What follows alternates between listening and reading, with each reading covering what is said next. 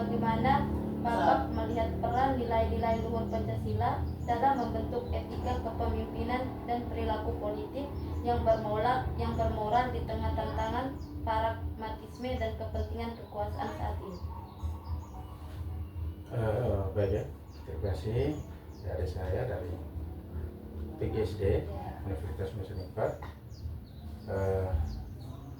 Saya melihat Pancasila yang sekarang didominasi oleh kepentingan politik. Tentu pertanyaan tadi terkait dengan Pancasila atau nilai pragmatis ya, yang terjadi di lingkungan masyarakat atau rakyat. Tentu Pancasila tidak terlepas dari demokrasi. Hanya bagaimana kita pandang masyarakat atau peran politik atau pemegang kekuasaan politik menerjemahkan Pancasila dengan politik. Pancasila ini politik ini terlahir dari Pancasila. Ini satu kesatuan. Kadang kita di masyarakat menilai bahwa ada gap antara politik dan Pancasila. Jadi mungkin secara garis besar pandang masyarakat bahwa Pancasila itu sudah tidak berlaku lagi di dunia politik, tapi itu satu kesatuan. Jadi mungkin kalau menurut saya peran yang sesungguhnya di dalam dunia politik itu harus kita tanamkan itu Pancasila. Ada 5 Pancasila yang itu harus benar-benar kita tanamkan di dunia politik, sehingga apa yang ketika mungkin seorang pemimpin yang terlahir dari politik, dia bisa mengcover semua nilai-nilai Pancasila, terutama 5 Pancasila itu. Itu saja. Terima kasih. Mungkin pertanyaan selanjutnya.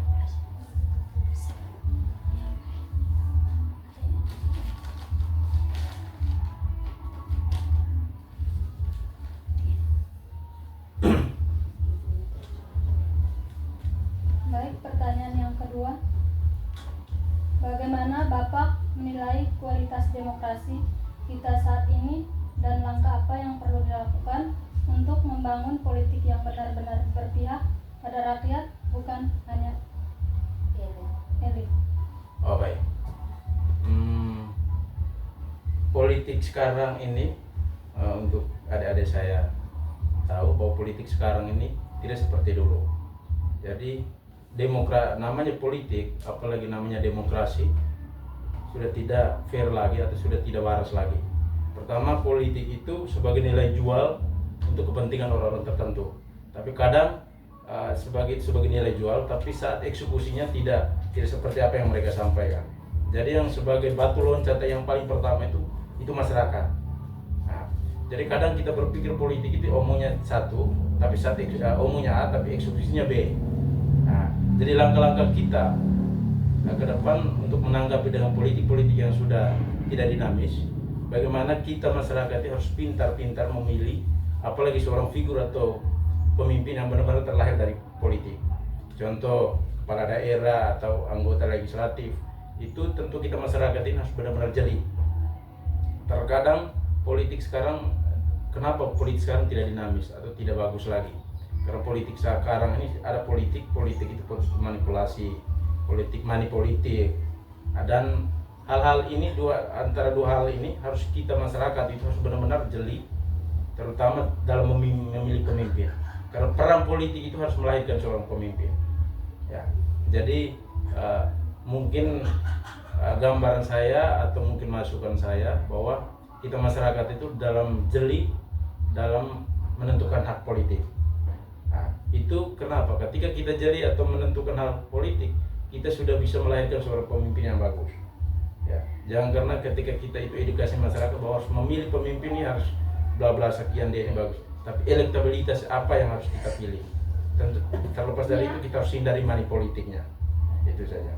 Tapi efek yang negatif atau positif terjadi ada di masyarakat, bukan pemimpinnya. Itu kekurangan dan kelebihannya politik untuk kita masyarakat. Itu saja.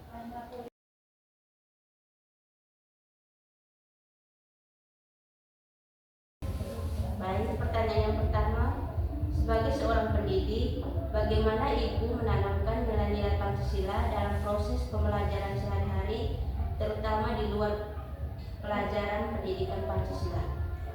Baik, kalau untuk pendidikan Pancasila itu kita belajar tentang nilai-nilai Pancasila. Nah, di sini ada 5 sila Pancasila, dan dari 5 sila Pancasila itu dia mempunyai nilai karakternya masing-masing. Kalau di luar pembelajaran itu kita terapkan tentang nilai-nilai Pancasila ini. Contohnya kita ambil di sila yang kedua, kemanusiaan yang adil dan beradab. Nah, dari situ sila yang kedua itu kita terapkan, dan sekarang ini kan misalnya ada yang mengalami bencana. Nah, itu kita berikan berupa sumbangan apa, itu sudah termasuk dalam nilai-nilai sila yang kedua Pancasila. Selain itu, nilai sila kedua Pancasila itu juga misalnya ada kita punya teman yang sakit, itu kita pergi kunjungi, itu artinya kita sudah terapkan tentang nilai sila kedua Pancasila. Nah, itu. Terima kasih. Baik, selanjut pertanyaan yang kedua. Apa pandangan Ibu tentang tantangan guru saat ini dalam membentuk generasi yang tidak hanya cerdas secara akademik, tetapi juga berintegrasi di tengah arus digital? Baik, terima kasih.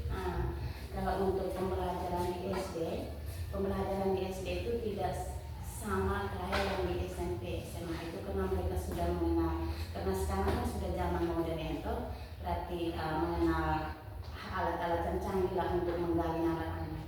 Dan kalau kami punya di SD ini, selain kami belajar, tanya jawab soal, diskusi kelompok untuk menggali anak-anak, memberikan pendapat, supaya mereka cepat, supaya mereka bisa mengerti, itu kami biasanya tayangkan dengan PowerPoint. Setelah itu mereka lihat apa yang kami tayangkan, kami buat pertanyaan sesuai dengan tayangan itu.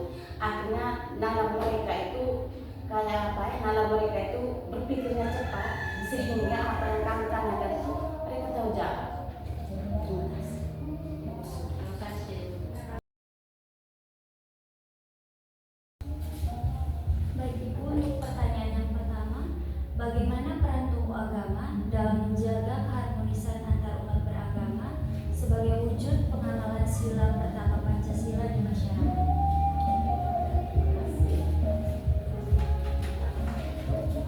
Sebagai seorang tokoh agama yang memiliki peran yang sangat penting dalam menjaga keharmonisan antar umat beragama sebagai pengamalan Pancasila sila pertama ketuhanan yang maha esa. Sebagai seorang tokoh, pertama dia harus menjadi teladan, terutama dalam toleransi beragama. Dia juga berperan untuk mendamaikan konflik. Jika ada situasi konflik, seorang tokoh agama dia harus menjadi mediator untuk mendamaikan situasi.